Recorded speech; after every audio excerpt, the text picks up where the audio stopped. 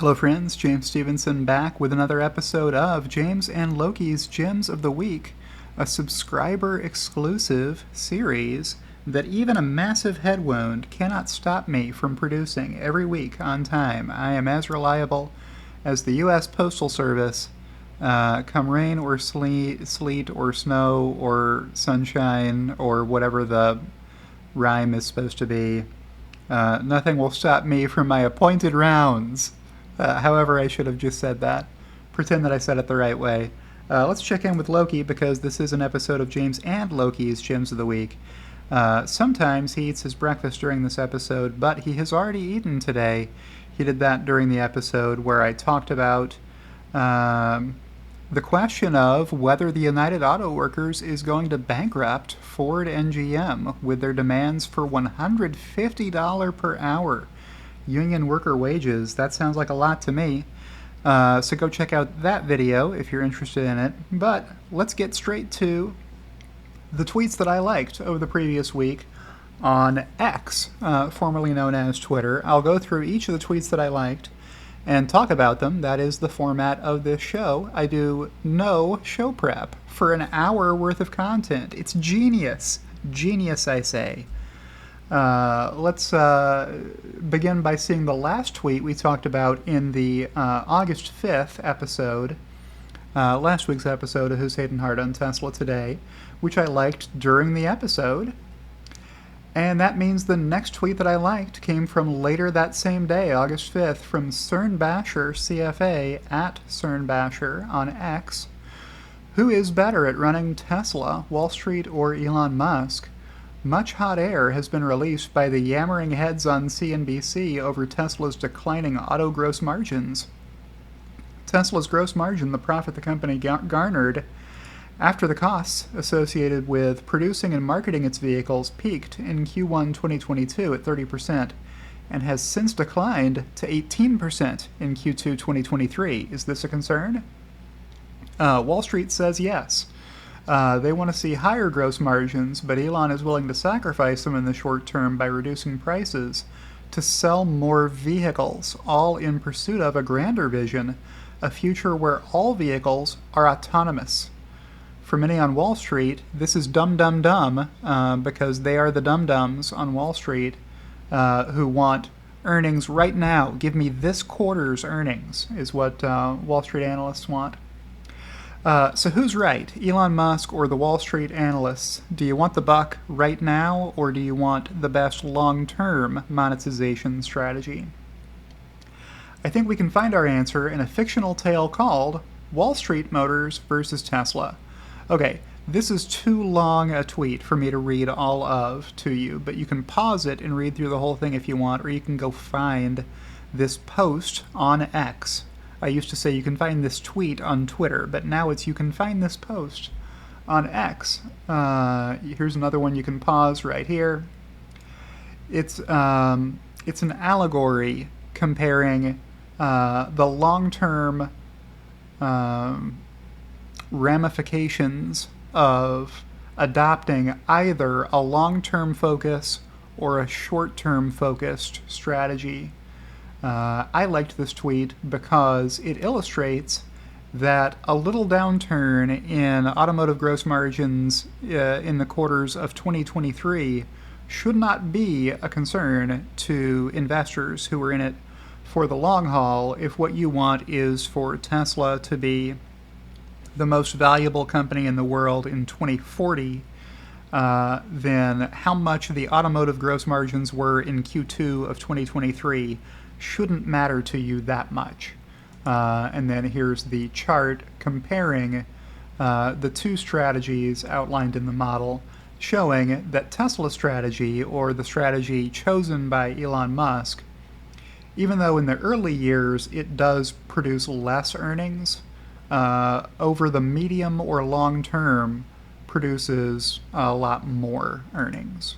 Or I guess that's revenue, not earnings, but it would be the same if they had charted the earnings instead of the revenue. All right, so that's from CERN Basher. The next tweet that I liked came from Sawyer Merritt, breaking, Lucid has dropped prices by up to 18.8%. The Air Pure all-wheel drive $82,400 from $87,000.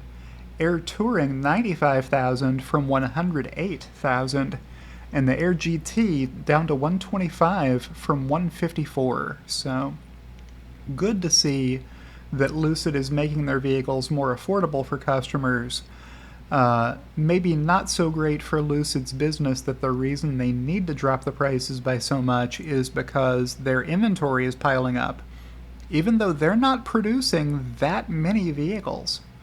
Let me click through here and see if I replied to this one. These prices are supposedly only for August, Sawyer tacked on.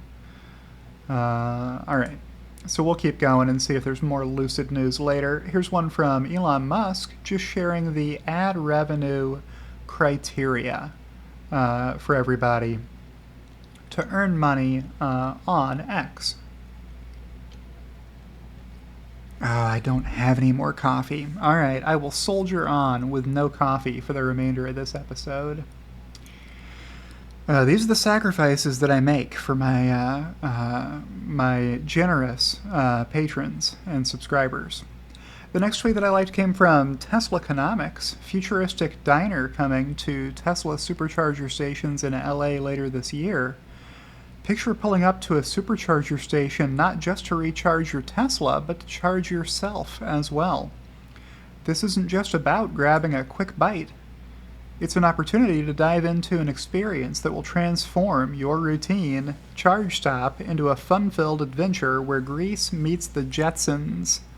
It's going to be a place where you can savor delicious thick milkshakes and crispy golden fries, creating a fun party of nostalgic flavor.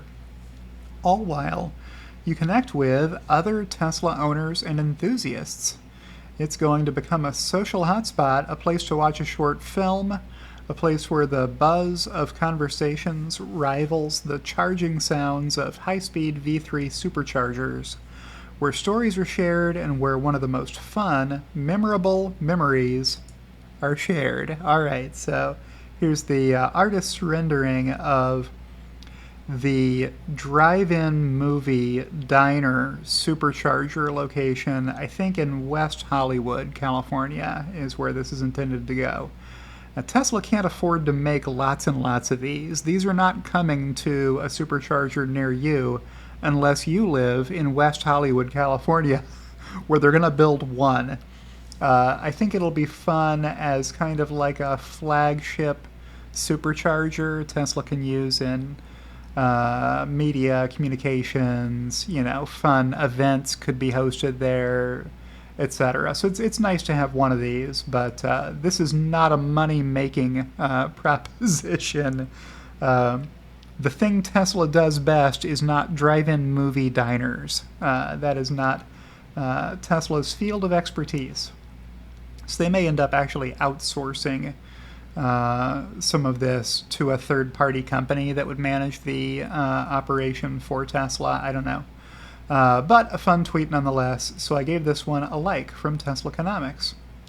Here's another one from Battle Angel Viv. The sole purpose of this headline is to discredit EVs and sustainable energy. I actually did a video about this during the week. I had a day off this week and I made a video about this and posted it already, so go check out that video about whether EVs do well in extreme heat or not. You probably know where I stand. Viv tagged on, for the record, EVs work completely fine in hot regions, and I agree with her. Here's one from Riku Madala, who tweeted that he's able to wiggle his left toes. Barely, but they've been totally dead for 9 years. What's Riku talking about? He has ALS, the disease formerly known as Lou Gehrig's disease, which makes your whole body gradually go paralyzed. And somehow, after years of being completely paralyzed, except for his eyes, which he uses attached to a computer that can track his eye movements to tweet and do lots of other things, he has movement in his extremities again. So how do you not like that tweet? Here's one from Sawyer Merritt News. Plug-in car sales almost doubled in July 2023 in the UK, One battery electric car was registered every 60 seconds on average, so Tesla is selling one car per minute. In the UK, in July, that's great news.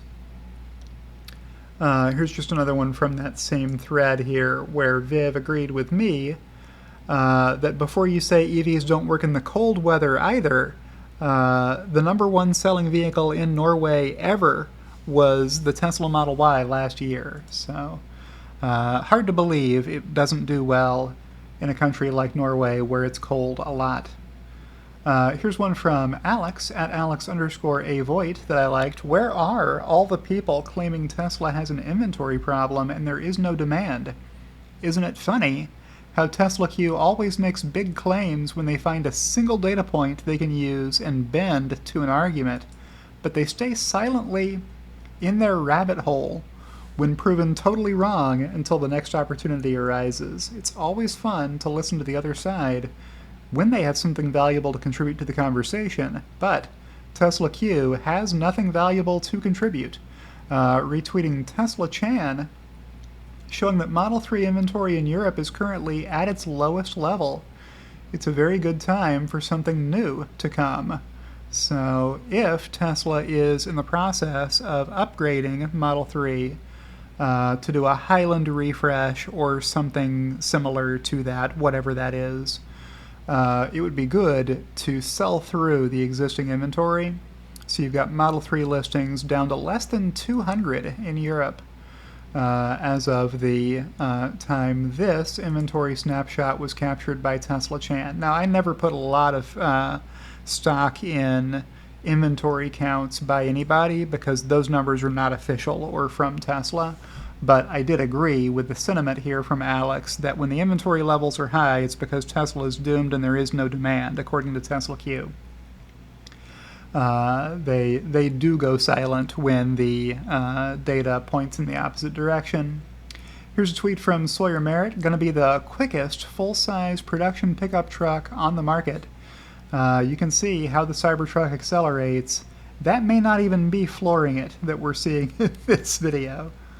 And here's one from Warren Redlick at WR4NYGov on X, tweeting out a 1-hour conversation that we had about deferred revenue and how that relates to Tesla's increasing sales of Megapack. That is an accounting-intense episode, so if you're a big fan of accounting for deferred revenue, that 1-hour video on Warren's YouTube channel is for you. If you're just looking for more content where I talk about Tesla accounting and stuff, that's the video for you to go check out next. Here's one from the accountant at CPA in NYC, sharing his thoughts on Zach Kirkhorn moving on. Good for him. So the accountant has been a CFO, and that job is a grind. That's a hard job to be the CFO. You get only the problems so hard that nobody else in the finance organization was able to solve them before they got to you. It's kind of the same deal as being the president.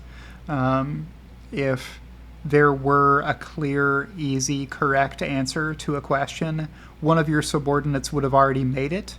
So nothing gets to you unless it's a hard problem to decide. He is the CFO of Tesla, a high-intensity, high-growth company. There's little room for your personal life. Just shy of 40 with $100 million in net worth. It's time to live. I walked away from my 7-figure role at 55. Many asked, why leave your peak earning years? For some, the answer is clear. For others, not so much. So that I thought was a pretty good take. How much money is enough money to retire or do something else that you want to do? Probably $100 million worth of Tesla stock options that Zach earned over a 13-year period. That's not... He didn't get those stock options last year, right? He's been earning those over a long career. And Tesla's market cap has been appreciating in value enormously. Most of that growth happened a few years ago. So good for Zach, and good to see that he'll be remaining available as an advisory capacity to Tesla's new CEO, Volyabov Taneja, and through the end of the year. So here's another one from Sawyer News. According to EV volumes data shared by Jose Pontes, 1,260,470 new passenger plug-in electric cars were registered globally in June. That's about 38% more than a year ago and 19% of the total market. That's pretty great, and it's way ahead of the expectations, even from experts, even today, who will tell you that it'll be tough for EVs to surpass 7% of the total market. Well, it's already at 19% of the market, so I don't know where the resistance at 7% is going to come. I may have to do a video about that separately that you can check out later in the week. Here's one from Chris Dungeon. Easy 1 million units on Model Y this year. Nice. Replying to me tweeting that the number 1 and number 2 selling EVs in the world this year are Teslas, even if microcars and plug-in hybrids count. So here's the Wuling Hongguang Mini EV. This thing sells for about the US equivalent of $5,000. So you can buy about 10 of these for about what one Model Y would cost you with any kind of options on it. So it's still on the chart, and the Tesla Model Y and the Tesla Model 3 are still beating it. Now, these only sell in China.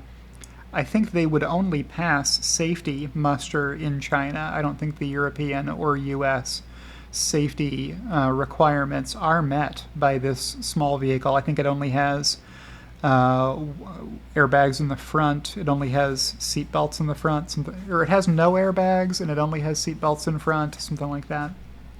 This is a budget micro car that you're worried about if you get hit by a truck in traffic. That's not the vehicle you want to be in. And then here's some BYD vehicles over here that are plug-in hybrid and battery electric variant capable. So what you're seeing here is the total sales of the BEV kind and the plug-in hybrid kind of BYD Song, BYD Chin Plus, and BYD Yuan Plus. And the BYD Dolphin may only come in the BEV trim, which is why there's no note behind it. But here's another BYD that comes as either BEV or PHEV flavor. So even if you count the PHEVs, Tesla is still taking the number 1 and number 2 spots, with Tesla already past 500,000 sold so far this year, with another 6 months left to go. So that's why Chris Dungeon wrote, easy 1 million units on Model Y this year. Here's a tweet from Walter Isaacson with a clip from his book.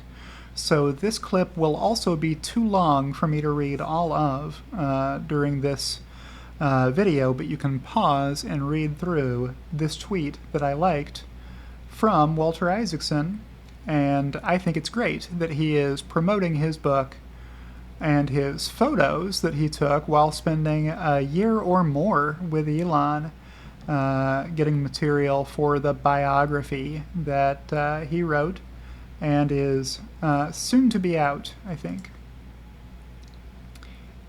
Here's another one from Walter Isaacson with a photo from inside Elon's Boca Chica tiny house.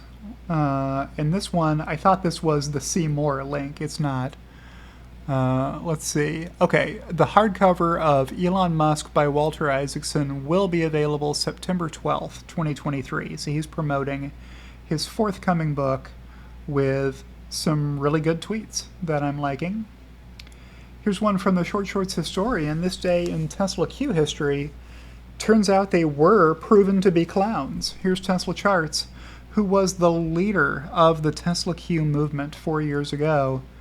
On the 7th of August, 2019, when Tesla was trading at, I don't know, it looks like about $20 per share if you adjust it for the splits that have occurred since, who tweeted, there will soon come a time when #TeslaQ will be proven right that Tesla is going to go bankrupt. And the number of people who will claim to have been a member of Tesla Q will greatly exceed the actual count, the Woodstock effect. So the actual count of people who attended Woodstock was like 150,000 people. But you can meet millions of people who will claim that they were at Woodstock. Judging by the massive spike in troll count and vitriol, perhaps we are getting close. Hat tip at Tesla Tunnel. So he was retweeting some nonsense from Tesla Tunnel with this tweet. And yeah, they were proven to be clowns. Here's one from Elon Musk. I would like to thank Zach Kirkhorn for his many contributions to Tesla over the course of 13 often difficult years. Much appreciated, and best wishes for the next stage of his career, which may hint that Zach wants to do something else. Kind of like we saw JB go found Redwood Materials after he left Tesla before coming back as a board member.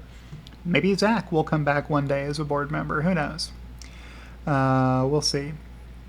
Here's another one from Sawyer Merritt. Lucid lost. Here's the update from Lucid earnings once those were posted.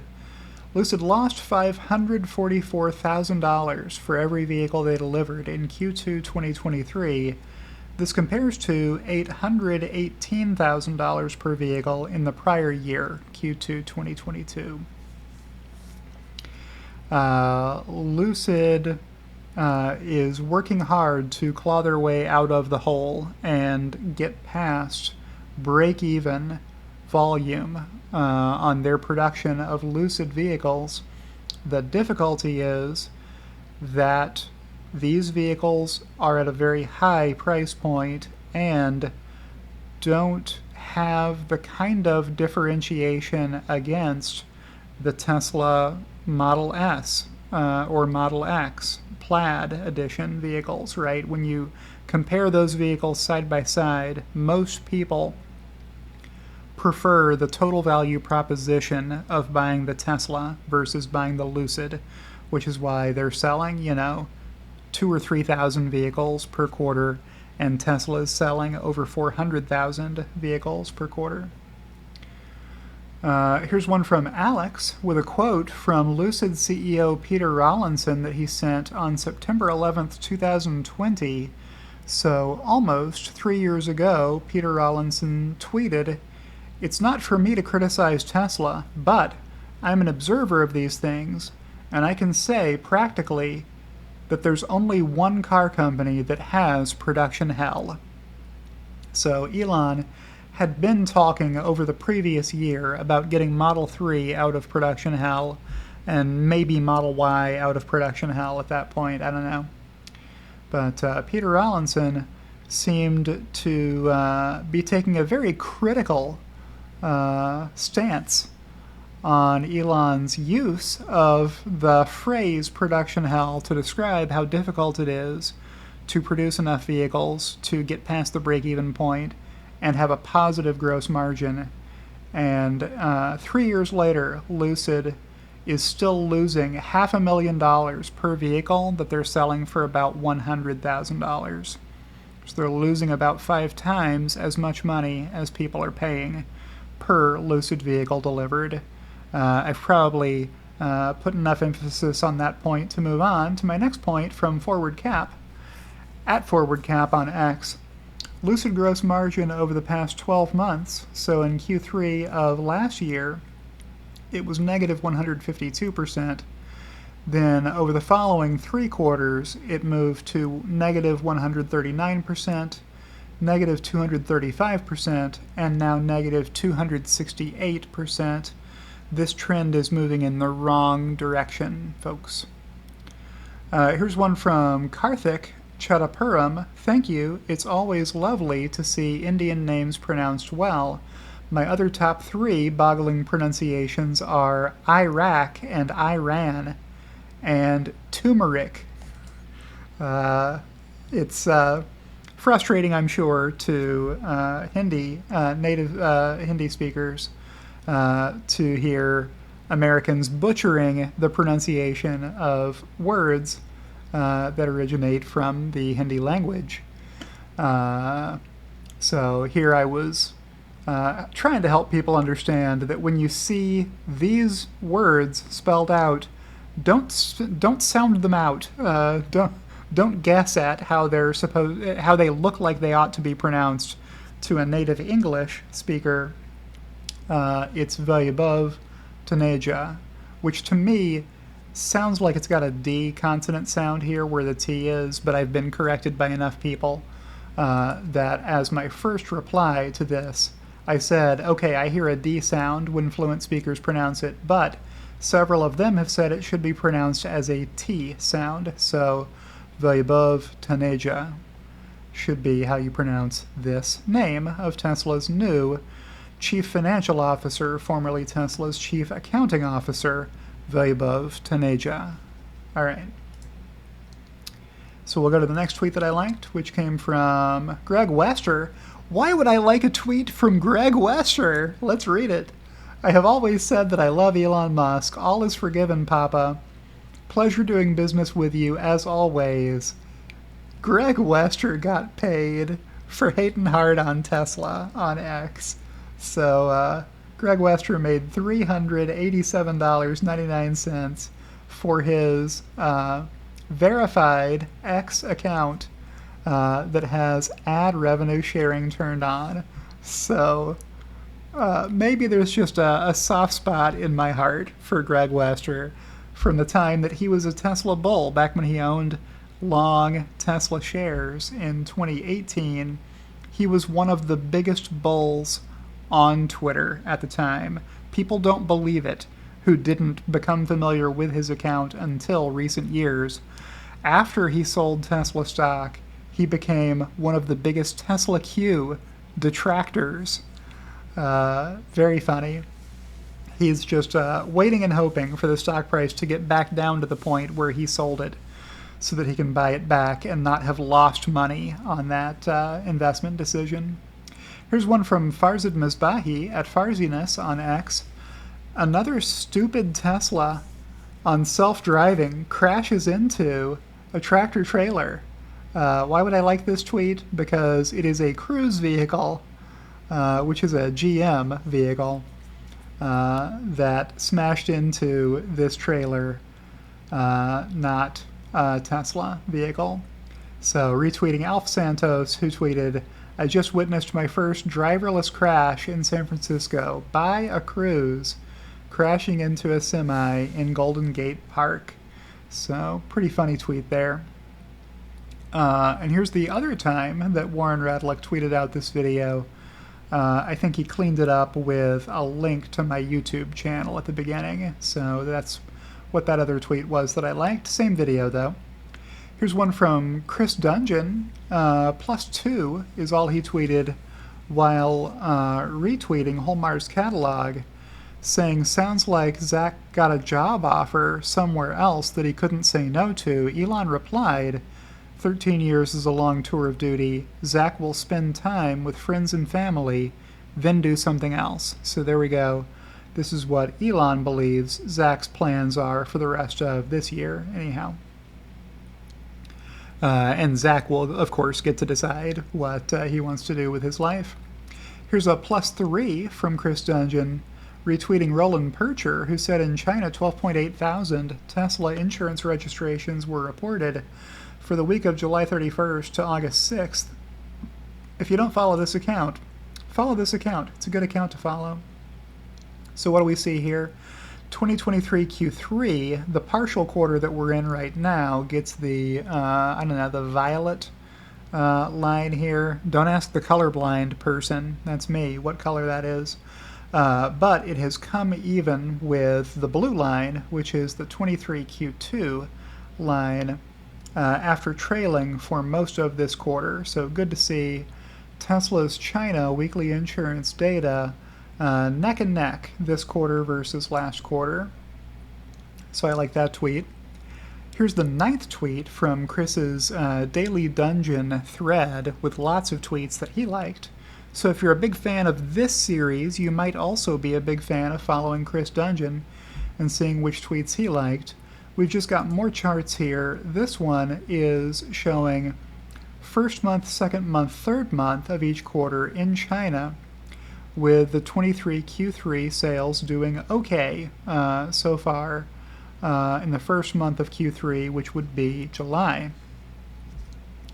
With August and September left to go, who knows, Tesla may surpass the record they set last quarter before the end of this quarter.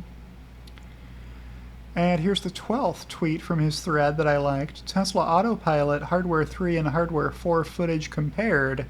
Much bigger difference than expected. So one of the things that's an upgrade about Hardware 4 is a higher resolution, better quality camera. So Tesla will be able to train their neural net on higher resolution, better quality cameras. You can see the zoom in here. I'm not going to play the entire 2-minute video for you, but if you're interested, go check out this tweet from AI Driver with no E, where they tested a Hardware 3 and a Hardware 4 Tesla running the same route. And then you can just compare side by side what the Hardware 4 camera's picture looks like versus the Hardware 3 picture. You can see there's less glare in the Hardware 4 camera, and a number of other improvements Tesla has made with the latest incarnation of camera hardware in Teslas, which have not made it to Model 3 and Model Y yet, but are already rolling out in Model S and Model X vehicles. I believe. Correct me in the comments if somebody knows differently. Here's one from Jeff Tutorials. Shout out to all the haters in the comments of this post. You made me several $100s from a 5-second video that I recorded while driving to Panda Express. This is the awesome side effect of Elon Musk monetizing Twitter with X ad revenue sharing. What did Jeff tweet originally? To everyone arguing against Tesla removing stalks, what looks easier to you? Flipping a switch or a stalk back here behind the steering wheel, or just pressing either of these two buttons where your hand already is on the steering wheel? People made a huge deal about how these turn signal buttons on the steering wheel weren't an improvement, but in a 5-second video, at Jeff Tutorials shows you it's just not that hard to click one of the buttons where your thumb already is. And very funny that he made so much money off a tweet where everybody was making fun of him in the replies. He's laughing all the way to the bank. Here's a tweet from Drive Tesla at Drive Tesla CA. CA in this case standing for Canada, not California. How do you know?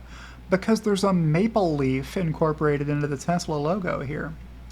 How do you not know you were driving with a charging post under the front of your car?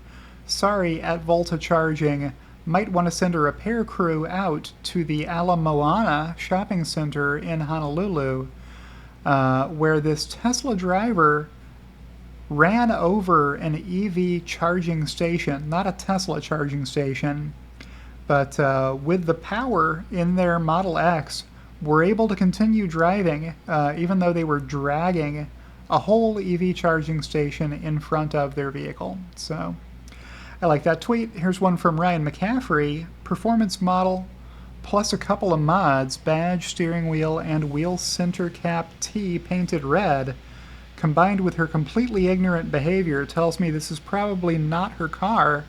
I'd guess she borrowed it from her son or daughter. This might be her first time driving it. I tend to agree with the assessment Ryan McCaffrey made. If you're not listening to his weekly Tesla fan podcast, Ride the Lightning, do yourself a favor and check that out if you're a big fan of the products that Tesla makes. He's not going to talk about the stock except for one episode per quarter where he goes over the earnings episode. The rest of the time, that podcast is dedicated to learning all about what kinds of products you can buy from Tesla and related topics. So I've been listening to that faithfully for 5 years. Great podcast, Ryan, if you're watching. Here's one from Gail Alfar. Got up to 110 degrees Fahrenheit in Austin, Texas today.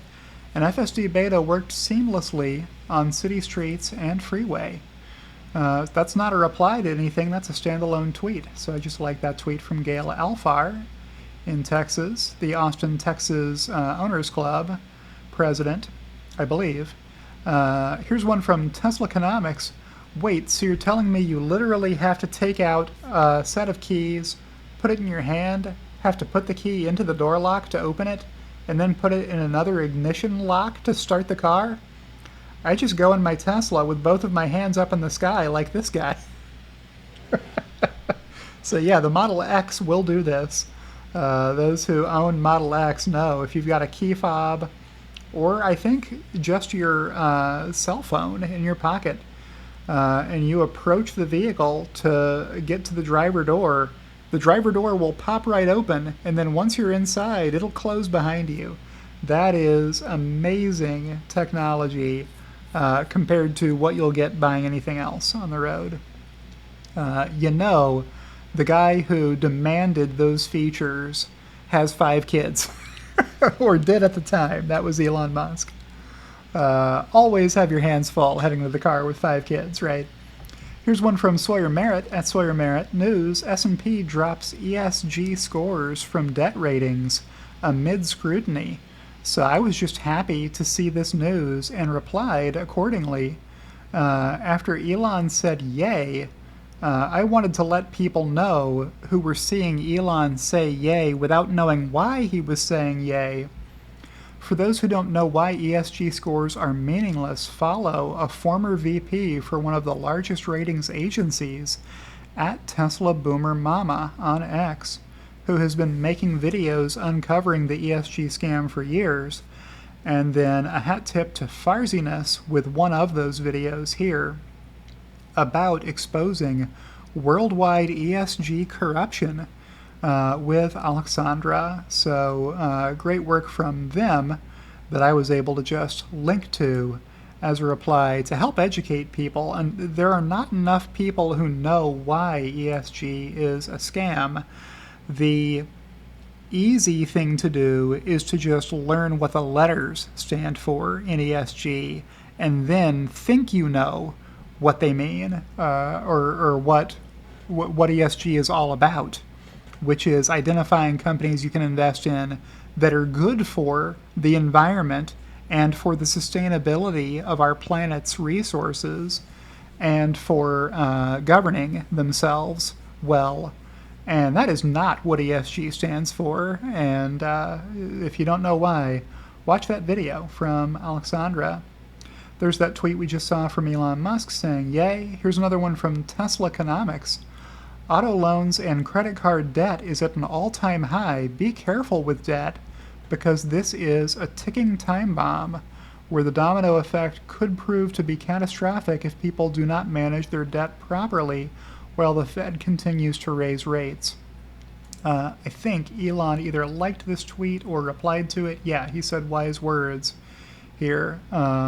So there's that chart. Auto loans and credit card debt rising, have been for a long time, but the trend has accelerated over the past couple of years. Here's one from Tesla Saves Lives. Thanks, Tesla. Well, I should say at Tesla Saves Lives. Thanks, Tesla, for possibly saving my life earlier today in my Model Y Performance. Got hit by a truck this morning, had surgery this afternoon for a fractured pelvis, then 12 weeks of recovery. It could have been much worse, and it's given me an even bigger appreciation for their vehicles. As tweeted by the owner of this car, who survived and made it out of surgery, even though they were in a violent collision. So good to see that tweet. Here's one from Gregor Truck, at Gregor Truck on X. Cybertruck spotted in an auto carrier in Austin. Sounds like Tesla is using contractor auto shippers to move trucks around. No indication of its destination, but probably for testing, you would figure, with production candidate Cybertrucks being produced at this time.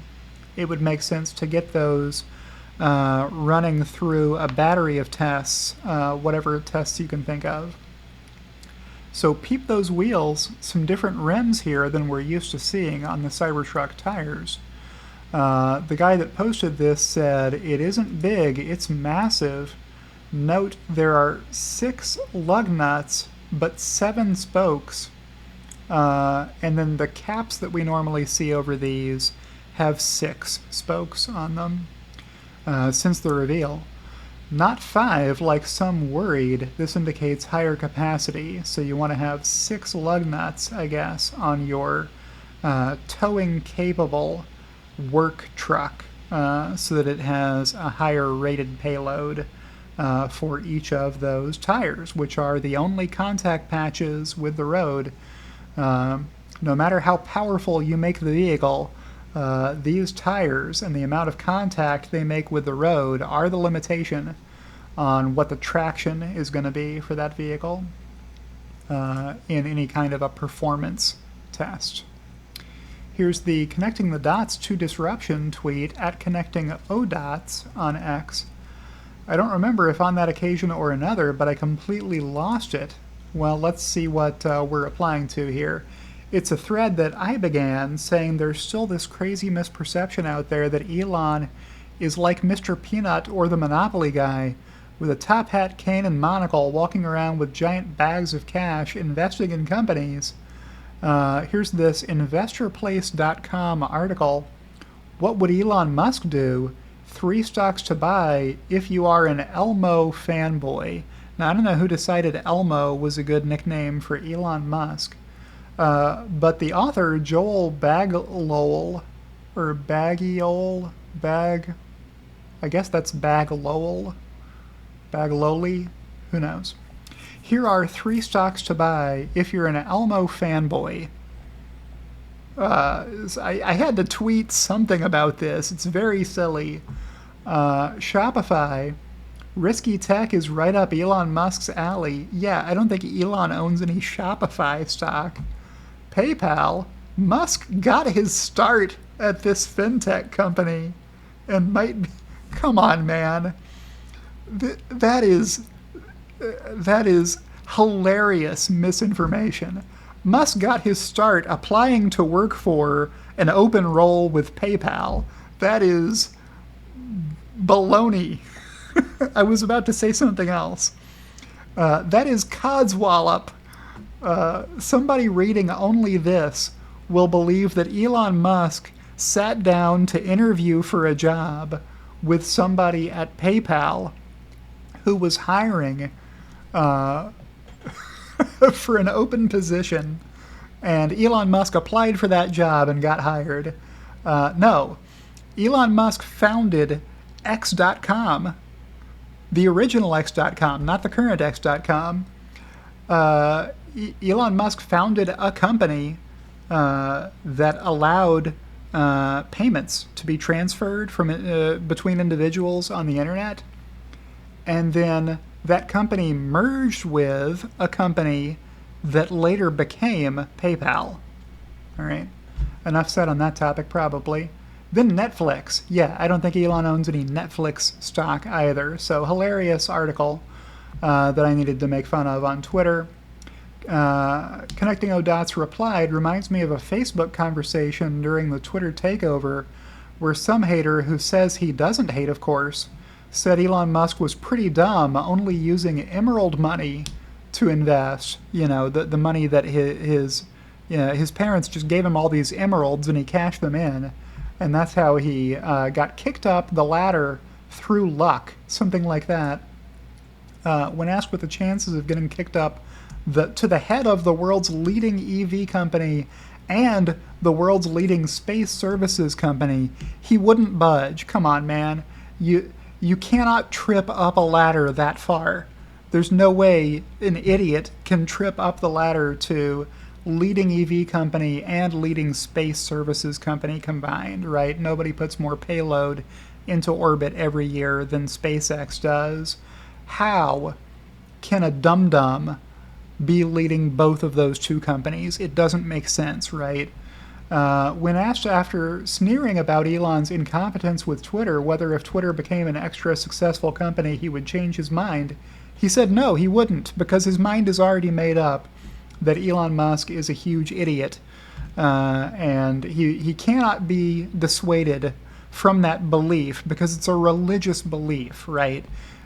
Some folks who think they are smarter than Elon Musk have developed a mental disorder called STEMS that I created the DSM-5 diagnostic criteria for about 4 years ago. They're betting against Elon Musk by selling Tesla short. The only one of Elon Musk's enterprises that they can sell short is Tesla because the others are not publicly traded. So that's why they go after Tesla with FUD constantly. They need the stock price to go down for their bet against Tesla to pay off and make them money. Not what I expected from a pretty intelligent guy who writes extremely well, auto journalist. I wonder if he's talking about Russ Mitchell here. I'm just guessing. But I guess he drank the wrong Kool-Aid. Russ Mitchell, auto columnist for the LA Times, and a dyed-in-the-wool Tesla Q member. I mean, it's not... there aren't other supportable positions on Russ Mitchell's stance against Tesla, if you've kept up with him over the years. As others are getting better and more stations installed, while Tesla will remain the only ones with their Tesla supercharger, that didn't pay off either. That was Tesla Q belief was that Tesla was wasting all their money building out their own supercharger network because something else was going to become the standard and it would obsolete all of those Tesla superchargers. Well, that argument never worked in the first place because there's nothing stopping Tesla from continuing to use the North American charging standard, even if nobody else adopts it.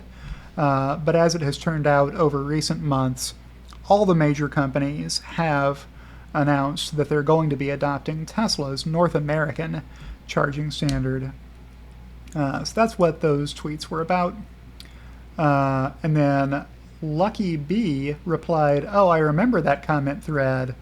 Connecting O'Dots replied, "I don't remember if on that occasion or another, but I completely lost it. That guy canceling anything I said because I'm a Tesla fanboy and saying we should trust him because he's a professional journalist, when just about everything he said was full of inaccuracies and mistakes, which were proven wrong," shaking my head.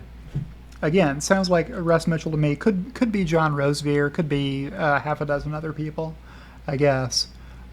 Chris Pierce, patron of this channel, replied, "I don't think shaking my head is strong enough for the situation."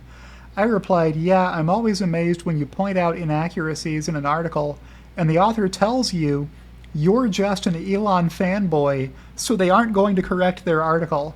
As though that makes sense. They'd rather leave the lies in and mislead people who read the article than correct an article that has their name on it.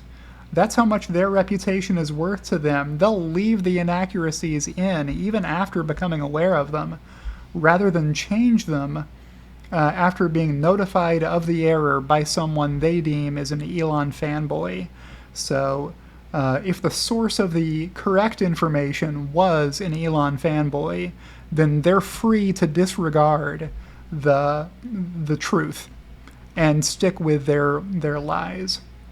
John Engel is another one who Matt Smith corrected once on just a misstatement of fact, and John said he would not correct his article, and Matt Smith asked him why not, and what did John say? Matt asked him, "Do you care to share why you're not going to correct your article?" And John Engel replied, "Not particularly." He doesn't particularly care to say why he's not going to correct his article. All right, the next tweet that I liked came from Gemma at James Dalma on X. "It takes longer to learn to build a house than it does to just build a house." Another Confucianism from James Dalma here. Let's see what this thread's about. From Tesla China analyst at Tesla Shanghai. It can be basically confirmed that FSD beta has been pushed to the Chinese region, initially starting in shadow mode to collect data, and after completing relevant feasibility verification, it will be gradually activated for small-scale trial use. So excited to see, retweeting himself here, Tesla China pushed the latest system update today. One of the updates is to obtain customers' consent for collecting and analyzing autopilot data to improve it. I think FSD will be coming to China soon. So what does Matt Saltz say at Saltastic Takes? How can the training be done if data can't leave the People's Republic of China, and the United States will never allow training supercluster to be exported there because it is too advanced an AI to be exported to a non-friendly trading partner country in China? It seems that China, the best China can get is good highway autopilot. There's enough highway footage for that. Okay, so James Delma replies here, well, here's one way. Final training doesn't take as long as development training, less than 1%. Once they have developed the architecture and methods in the US, they could replicate in China on Chinese real-world data to train a shipping product. And there are other ways too. So James Delma is just correcting the misstatement here from Matt. Matt replied, thanks, that's very interesting. Can you explain more? Signage, architecture, even driver behavior and weather are different. Isn't it all coded deep in neural nets? How abstract are the features the neural net operates on? And James replied, the neural net can be retrained from scratch on new data fairly quickly once the hyperparameters, architecture, and curation methods have been refined. If the new data is for a different environment, the retrained neural net would be tuned for that new environment. So what we've seen with AI over the years is that it takes a long time for it to get really good at something, but once it does, it gets better than human capability at doing whatever that task is very rapidly from that point, right? So once the US AI neural net supercluster has figured out full self-driving for the US environment better than a human can, that problem will have been solved. And that computer will be better than US drivers are in a US driving environment. That by itself will be most of what a Chinese full self-driving system needs to operate. And if you think about this, the corollary is to the human driver. A really good human driver can operate in China on Chinese roads, and I'm sure Americans do move to China and get driver's licenses there to drive without having to completely relearn how to drive, right? I think that's what James Delma is getting at. This is similar to language models. Once a model is working in one language setting, setting it up to do a different language is a relatively quick and straightforward process. You don't have to relearn how to train the neural net, you just train it. And I think the additional example here is Google Translate. In the early days of Google Translate, they had separate code written for translating each language to each other language. So they had dozens of different permutations of code to figure out how to translate from specifically one language to specifically another language with, highly bespoke code for figuring that out. And they have since thrown all of that out because instead they've trained one neural net that knows all the languages. All the languages. So it's basically like the best human translator at the United Nations is probably someone who can speak all the languages for all the countries present. or something close to that, right? I imagine there's a human who knows dozens of languages, and that would be a good job for them, UN translator. Same idea for Google. They just taught their neural net to know all of the languages, and then that's how Google Translate works now. You just tell it which language you want to translate to, and it figures out what language it's looking at because it knows all of them.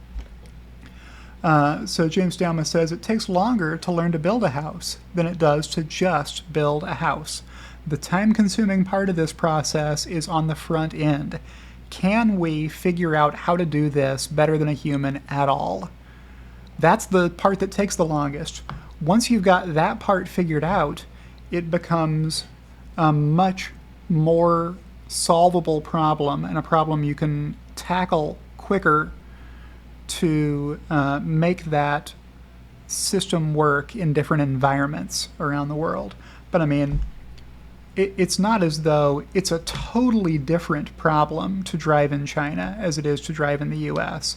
Yes, there are certainly lots of differences, but a neural net can pick up on what those differences are once it's been fed enough information. And what James Dalma is saying here is, no, these constraints that Matt is pointing out here won't prevent that training from occurring because good enough computers already exist in China that you would be able to train it once you no longer need a monumental effort to be able to train the system. All right, enough on that topic probably. Here's one from Tesla Thomas, Mr. Tesla Tom. As a Tesla hiring manager, I interviewed and hired hundreds of applicants over a 10-year time span. Here are some things that top-performing candidates and employees did. Follow along if this stuff interests you. So I'm not going to go through every single one of these, but I will let you pause and read through them if you want to know why I liked this tweet. From Tesla Thomas, talking about their experience hiring people at Tesla. So there you go. I think I did follow that account after reading that tweet, just because that person's insights are probably going to be as valuable in the future as they were in that tweet. Here's one from Farzad Mizbahi at Farziness, once again. Wanted to get y'all caught up on what I've been working on in these past few weeks. About 6 weeks ago, I started feeling some pretty severe burnout from all the content I was creating. I started making content in November of 21, literally by accident, and since every day has felt like the greatest day ever. I got to do whatever I wanted all the time. Insane. I never felt like I was working to create content. It felt like a privilege, and something that I thought would I would love absolutely every day forever. But then there was some burnout. I'll let you read through all of that if you want. It's a long tweet. We've got a lot more of these long tweets these days because people who have monetized their X account are able to get more visibility on tweets, more views on tweets that take people longer to read. The algorithm rewards how much time is spent looking at a tweet, and one of the ways to ensure that happens is to put compelling content in one long tweet. So more people are going to read it that way, and that's what we've got here. Another good example, we've seen a few today, and you want to promote people to reply because the more comments a tweet has, the more visibility it's going to get, and the more verified users like Matt Smith who comment on the tweet, the more ads will appear in that tweet thread, and those ads and those verified users' presence next to them are what determines how much ad revenue sharing gets paid out to the original content creator. The person who began the thread is the person who gets the ad revenue sharing. So yeah, a lot of great replies here from a lot of folks giving Farzad support for his continuing efforts. I thought I was one of them. Oh yeah, here I am. I appreciate the radical transparency. Some think being a YouTuber is all sunshine and puppies. In reality, okay, well in my case, yes, there is a puppy. He's a full-grown Chihuahua, but he looks like a puppy, And my Amaran 100D basically is sunshine. I'll get back to you. So here's the radical transparency GIF that I found to go with this tweet. What do I mean by an Amaran 100D? Well, if you'll pardon the Loki cam, maybe I'll switch very quickly to the Loki's bed cam view so I can tilt this light up and show you. That's an Amaran 100D. That's my light umbrella over Loki's head that makes this even distribution of light on me in my beautiful state today. I mean, people watch this channel mostly for fashion tips from me, I think. So there's that tweet. I'll proceed to the next one before I spend way too much time on this. We just hit the 1 hour mark on this recording. Here's one from Hannah Ritchie. The world needs to move to a low-carbon electricity source, or sources, which include renewables and nuclear. People don't think of nuclear as being a renewable resource, but it is. Here you can see renewables are being rolled out across all regions in the world, although not fast enough. Actually, she didn't say it that way. She said which include renewables, which are renewables, and nuclear. Nuclear is a low-carbon electricity source. It's not technically nuclear because the world will run out of uranium at some point. I mean, by that point, they'll probably have other fissile materials. Whatever. Not the point of this tweet. From Our World in Data SDG Tracker, let's take a look at this chart and see that Brazil, Denmark, and Sweden are already getting more than half of their electricity production from renewables, which is great. They've made a lot of progress. Well, Brazil has been there forever. Look, they've been over 80% since the early 80s. How in the heck did Brazil do that? I guess they have a ton of solar or wind and always have, or hydro or something. Then Denmark and Sweden have made a lot of rapid progress recently. The UK isn't past 50% yet, but look how far back they were. They were way down here at 10% 13 years ago, so they're on a great upward trajectory. The Netherlands has made a ton of progress recently, going from less than 20% 4 years ago, basically, to almost 40% now. So that's a lot of improvement for them. China is improving. The world average is trending up. So that's what you want to see, from about 20% renewables in 2008 to, 30%-ish now. And the United States has also been improving up above 20% since 2020. And that's good. South Africa had almost nothing in the way of renewable energy in 2012, and now 10 years later, they've made it up to 10%. So, hey, that's a start for them. And good to see most countries adding more renewable energy. Good info there. Here's one from K10. You wouldn't believe how tumultuous the last 4 years have been for me personally. If I could only be so vulnerable and share the trials, I really wish I could. Some I have, including her child's illness earlier this year. That was pretty serious. Thank you to all who uplift in the hard times. Also, I'm proud that I've weathered all this and still have a zeal for the future without hesitation. So, good tweet there from Kristen Netton. And, okay, I found a torrential edge case for Tesla FSD beta. You would have to be very knowledgeable or very dumb to try driving through this and hoping that it wouldn't wash you off the edge of the road and over this waterfall of torrential rain, wherever this was. I think K10 told us in the comments, Nepal. Yeah, so I guess this is ice melt runoff, probably. Who knows? It's Nepal, and if I had been in this vehicle, I would not have driven through. I would have turned around and gone the other direction and found some other way of getting wherever I was going.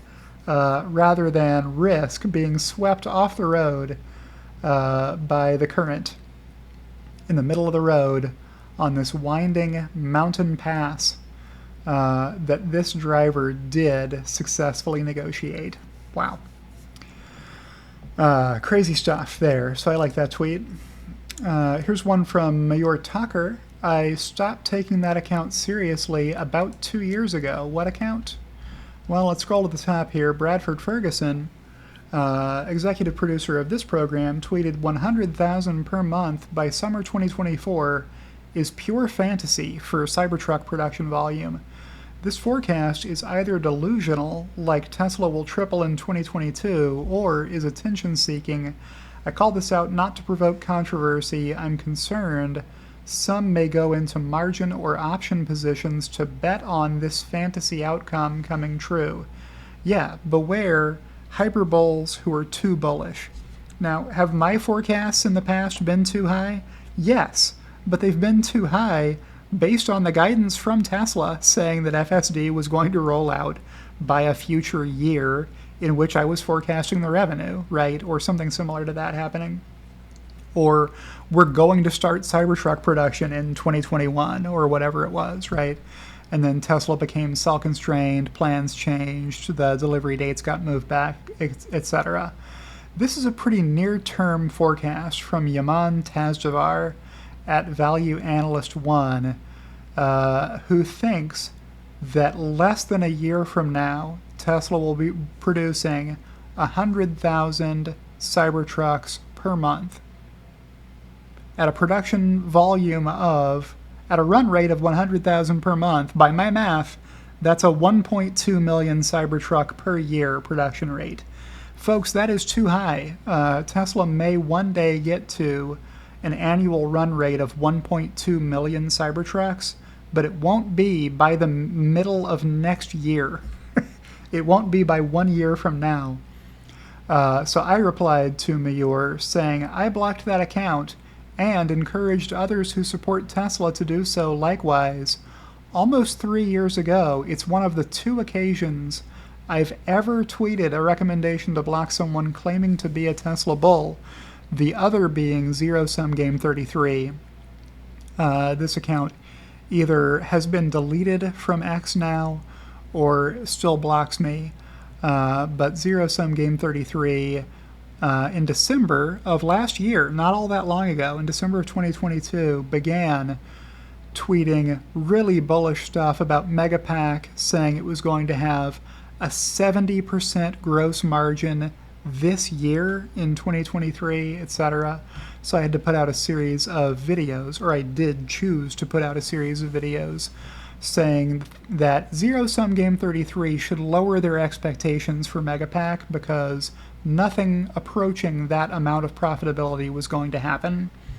But he put out a prolific volume of analysis with numbers on it showing that he forecast that it was reasonable to expect that using Tesla data. Oh no, I haven't been showing my screen this whole time. I can't believe I did that. Oh no. Wow. Alright, sorry subscribers. But I am not going to reshoot this video because that's the level of quality that you get from me. I've invested 1 hour and 8 minutes in this video. I will quickly go back and show you the stuff that you missed. So here's the torrential edge case for Tesla FSD beta that I talked about a minute ago. Yes, somebody did successfully drive through this without getting swept off the road, which is how the video exists. It survived because this driver did not get swept over the cliff, and who knows how far down before hitting what I would assume to be sharp rocks below. There's the tweet from K10 we talked about, and here's the Hannah Ritchie chart. I don't know how long ago I wanted you to look at Loki. Oh, it must have been right here when I was talking about the Farzad Misbahi tweet, so it hasn't been that long. Okay. But I will continue talking about what I was talking about, which was me advising people to block Yaman Tazdavar for the crime of saying stuff like this. Let's raise money we don't need. Forehead slap emoji for Zach Kirkhorn and Elon Musk, and a thumbs down. I've never met a group of people more clueless than the Tesla finance team. Yaman said. What else was in here? I mean, there was a bunch of other stuff, but that was just one example of a reason to block him. And I was also talking about Zero Sum Game 33 being too optimistic. That person has since sold the call options they bought back then for a profit and moved on to promoting another stock that has since had a huge setback, I think, after they were able to exit that position too. So what we've seen from that Zero Sum Game 33 account is a pattern of promoting a stock that they bought call options in and then selling and getting out. Not someone I would recommend anybody follow. Here's one from CyberMark at Salty Tesla that I liked. 2 other key factors: batteries actually perform best when warmed to the right temperature. Too hot is bad because it causes wear and battery expansion, but this is counteracted by battery cooling technology, aka air conditioning compressors. Tesla batteries actually warm themselves up and precondition to the right temperature for faster supercharging and for better performance, while enabling ludicrous mode, insane mode, or plaid mode. Most overheatings do not occur because of external climate temperature, but rather because of battery puncture and resulting coolant leak. So this is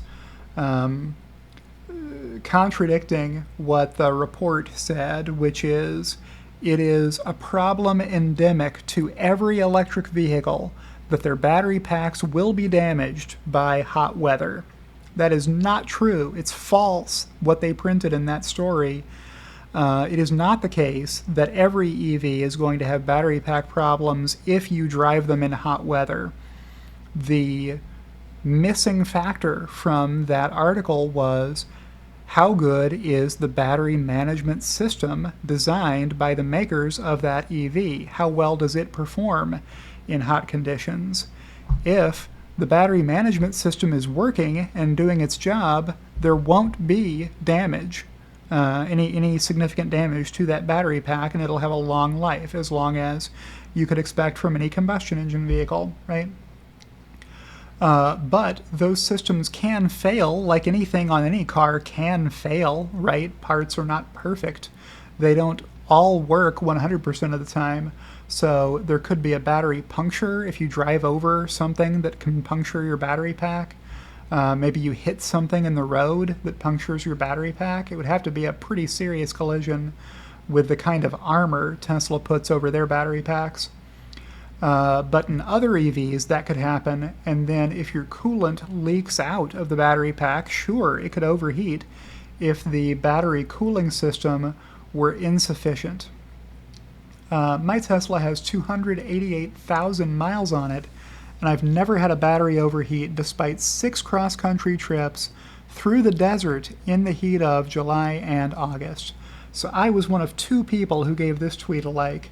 CyberMark followed up, note, I'm still running the original factory AC compressor and have never had it serviced.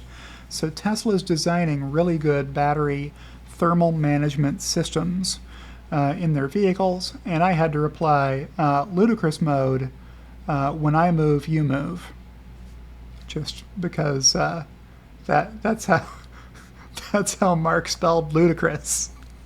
The correct spelling of ludicrous, for those of you playing along at home, is Ludicrous. Yes, I was a spelling champion. Not everyone is. I understand that. It's okay. Just having a little fun here, folks. Next is a tweet from Elon Musk. You mean 11.4.7, replying to Holmar's blog. Let's see what Holmar's blog said. Tesla needs to release the latest version of FSD to everyone so more people can see how good it is. Elon said that should be going to wide release within a week, which is good news for Tesla FSD drivers. Version 12, which is an almost total rewrite, 99% AI, is being tested by our QA drivers too much new code to go to the public yet, but it is mind-blowing in my opinion.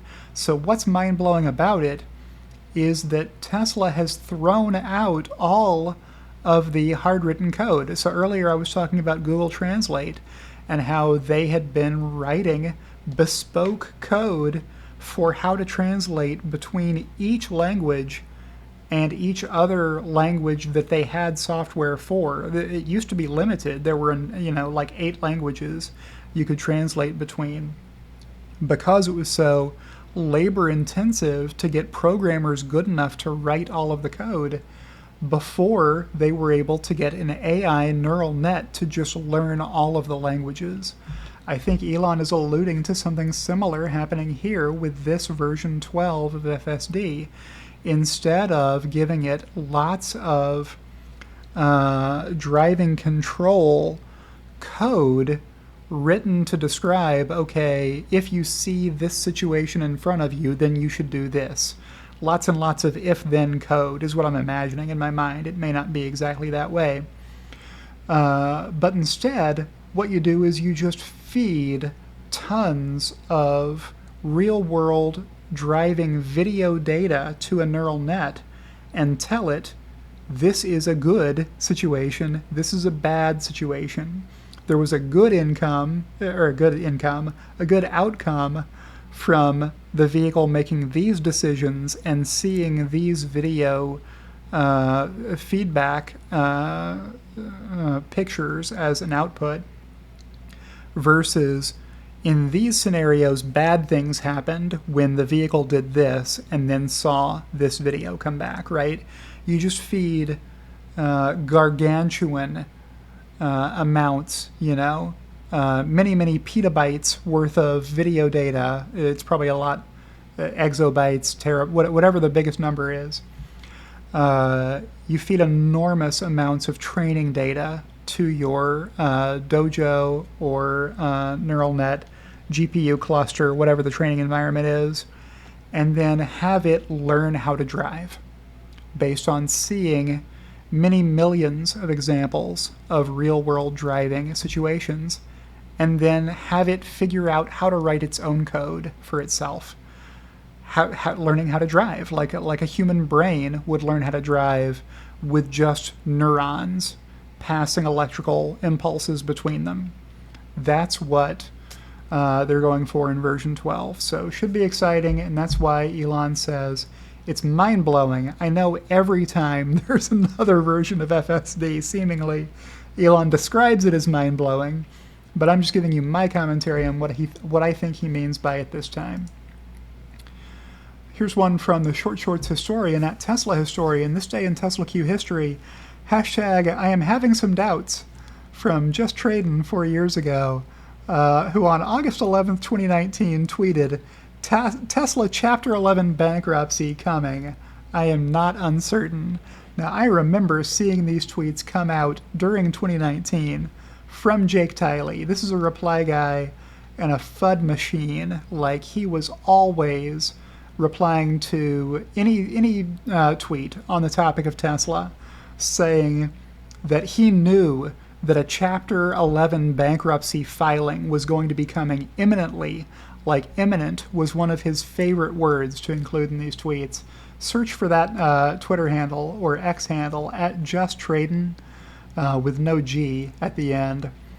If you Google this guy, you'll find out that his name is actually Joachim Burgess Tiley, and that his nickname is Jake, and that he has been legally barred from handling people's money in Canada after an incident in which he stole money from someone who deposited money with him at a firm where he worked, and traded their money in investments they did not approve and lost their money. And he was barred from ever working in the financial industry again. So that's what he's up to. Did I reply here? I think I did. Yeah, Jake loved hashtagging tweets, hashtag I am not uncertain, which I think is a reference to a TV show. Nobody else in the Tesla Q movement ever used it except him. Not very effective. It was only him using it in the Tesla Q community, so very funny to see Short Shorts historian call him out. Here's one from Andy Sly. Yeah, but I think she recovered. What am I talking about here? Well, up at the top, Andy Sly began this thread. He is engagement farming for sure, and I will say that to your face, Andy Sly, if you're watching. My high school girlfriend dumped me because I was a measly lifeguard, and she found another guy named John who sang and played guitar. He made about 100 times the money I did back then. They went on to break up. Now she makes 1,000 times the money John and I make. She made the right call. So here is, I'm just going to say it, a doctored image, a photoshopped image of a young Andy Sly with, if you don't know who this is, you're living under a rock. This is Taylor Swift, which makes the other person Andy alluded to, John here, John Mayer, who sang and played the guitar. Taylor Swift wrote some songs about John Mayer and how she broke up with him. He may have written some about her as well. Here's a reply he got. Way to fumble the bag on that one. Andy replied, yeah, but I think she recovered. So, Andy is sticking to his story that it was Taylor who made the mistake in breaking off the relationship with him, Andy Sly. She was the big loser in that relationship, that imaginary relationship breaking up between Andy and Taylor Swift. All right, so that's why that was funny, and I liked it. And we're almost to the end of this week's video with Elon Musk tweeting, Tesla shorts sure are gluttons for punishment. I mean, how many times do they want to do this? I retweeted this. I don't retweet a lot of Elon Musk's tweets, but this one I did, replying to Matthew Donegan Ryan at MatthewDR on X. Never bet against Elon Musk and Tesla. Inverse hashtag Tesla ETF closing after getting its face ripped off. They hate us because they ain't us. Here's one from Barron's. Anti-Tesla ETF set to close after heavy losses. So we just got screenshots here on an article from Bill Alpert about George Noble's fund that traded under the ticker symbol hashtag Nope, which is ironic because hashtag Nope was the answer to the question, should I invest in this fund?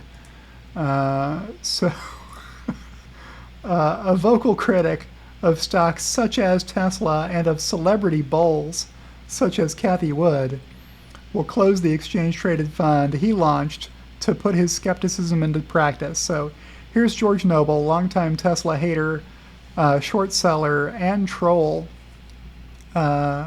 His Noble Absolute Return ETF, hashtag Nope, will stop trading on August 24th. He had to shut the doors and turn the lights out on his Tesla and ARK Invest shorting fund. They had a few other positions too. They were long oil.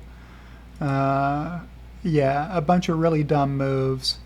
So yeah, less than a year into launching his anti-Tesla fund, with Tesla up like 120% year to date.